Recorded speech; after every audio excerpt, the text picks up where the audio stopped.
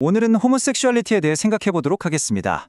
이번 시간에는 특정 강의 자료를 바탕으로 성경적 근거에서부터 시작해서 오늘날 교회의 여러 입장, 그리고 더 나아가 사회적인 논쟁까지 한번 체계적으로 짚어보겠습니다.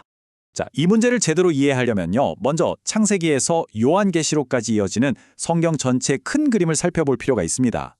이 자료에서는 바로 이 성경의 기본 틀을 모든 논의의 출발점으로 삼고 있어요. 바로 이 슬라이드에 나오는 내용이 그 핵심이라고 할 수 있습니다. 성경은 기본적으로 인간의 성이라는 것이 한 남자와 한 여자가 평생에 걸쳐 헌신하는 결혼관계 안에서 가장 올바르게 표현된다고 전제하고 있다는 거죠. 이것이 바로 창세기에 나타난 창조 질서이고 이 논의의 가장 근본적인 주장이라고 할 수 있습니다. 이제 모세의 율법으로 넘어가면 이 개념이 조금 더 구체화되는데요. 신명기 18장 22절 같은 곳을 보면 동성애 행위를 토에바라고 묘사합니다. 이건 하나님이 보시기에 가증한 것을 의미하는 히브리어예요. 이 단어가 어떤 뉘앙스를 갖는지 아는 것이 율법이 이 주제를 어떻게 다루는지 이해하는 데 아주 중요한 열쇠가 됩니다. 그럼 이제 신약 성경으로 한번 넘어가 볼까요? 이 자료는 특히 사도 바울의 서신에 나오는 세 가지 핵심 구절에 주목하고 있는데요. 각 구절이 어떤 맥락에서 쓰였는지 하나씩 차근차근 살펴보겠습니다. 첫 번째 구절은 바로 로마서 1장입니다. 자료에 따르면 이 구절의 핵심은 동성애 그 자체를 분석하는 게 아니에요. 그보다는 타락한 인간의 상태가 어떠한지를 보여주는데 초점이 맞춰져 있다는 겁니다. 내용을 좀 더 자세히 들여다보면요. 여기서 말하는 근본적인 문제는 창조주를 인정하지 않는 인간의 반역으로 설명됩니다. 자료에 따르면 바울은 동성애 행위를 그 반역의 가장 뚜렷한 증거 중 하나로 제시하면서 본성을 거스른다는 표현을 썼다고 해요. 하지만 바울은 여기서 멈추지 않고 바로 다음 장인 로마서 2장에서 결국 모든 인간이 죄인이라는 점을 분명히 하면서 논의를 확장시킵니다. 두 번째로 살펴볼 구절은 고린도전서 6장입니다. 여기서는 논의의 초점이 인간의 타락에서 그리스도를 통한 구원으로 아주 국적으로 바뀌게 됩니다. 이 구절은 하나님 나라를 유업으로 받을 수 없는 여러 죄의 목록을 쭉 나열하는데요. 그중에는 동성애 행위로 해석되는 말라코스나 아르세노코이타이 같은 용어도 포함되어 있습니다. 하지만 이 구절의 진짜 핵심은 바로 그 다음 구절에 있어요. 너희 중에 이와 같은 자들이 있더니 주 예수 그리스도의 이름과 우리 하나님의 성령 안에서 씻음과 거룩함과 의롭다 하심을 받았느니라. 바로 이 부분이죠. 즉, 과거의 어떤 모습이었는지와 상관없이 구원받을 수 있다는 메시지가 가장 중요하다는 겁니다.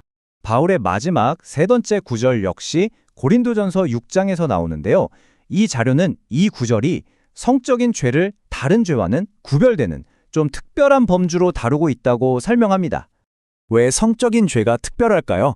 바울은 다른 모든 죄는 몸 밖에 있지만 음행만큼은 자기 몸에 직접 죄를 짓는 것이라고 말합니다.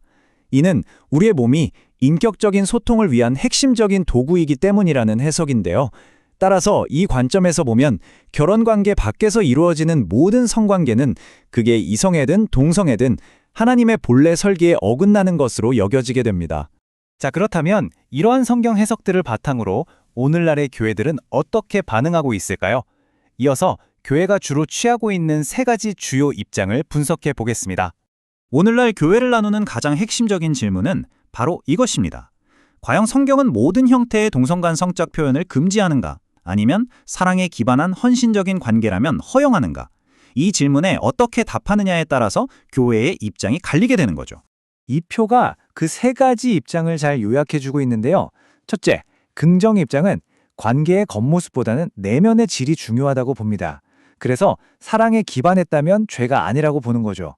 둘째, 수용 입장은 이성의 결혼이 이상적이긴 하지만 일부에게는 불가능할 수 있으니 최선을 다하도록 허용해야 한다고 봅니다.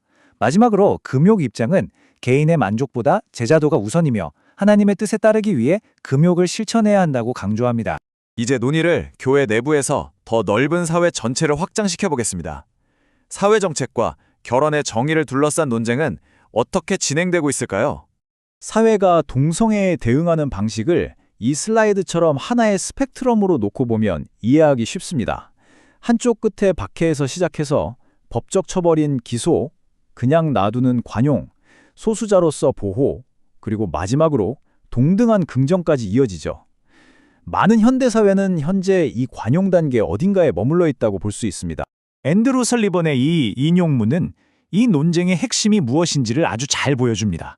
그는 동성애자에게 결혼을 허용하지 않는 것은 사소한 문제가 아니라 문제의 전부라고 말했는데요. 동성결혼 지지자들에게 왜 이 문제가 시민권의 핵심으로 여겨지는지를 명확하게 보여주는 말이죠. 결국 이 모든 사회적 갈등의 뿌리에는 결혼이란 무엇이고 그 목적은 무엇인가에 대한 근본적으로 다른 두 가지 관점이 충돌하고 있는 겁니다. 바로 헌신 모델과 상부성 모델입니다. 헌신 모델은 결혼을 두 사람의 친밀감과 헌신을 법적으로 인정해주는 제도로 봅니다. 따라서 어떤 커플에게든 열려 있어야 한다고 주장하죠. 반면에 상부성 모델은 결혼을 남성과 여성의 결합에 기반한 아주 독특한 공동체로 정의하고 단순한 계약 이상의 의미가 있다고 봅니다. 그래서 우리는 이 마지막 질문에 도달하게 됩니다. 결혼이라는 제도의 근본적인 목적은 과연 무엇일까요? 이 질문에 우리 각자가 어떻게 답하느냐가 오늘 우리가 함께 살펴본 이 모든 논쟁의 방향을 결정하게 될 겁니다.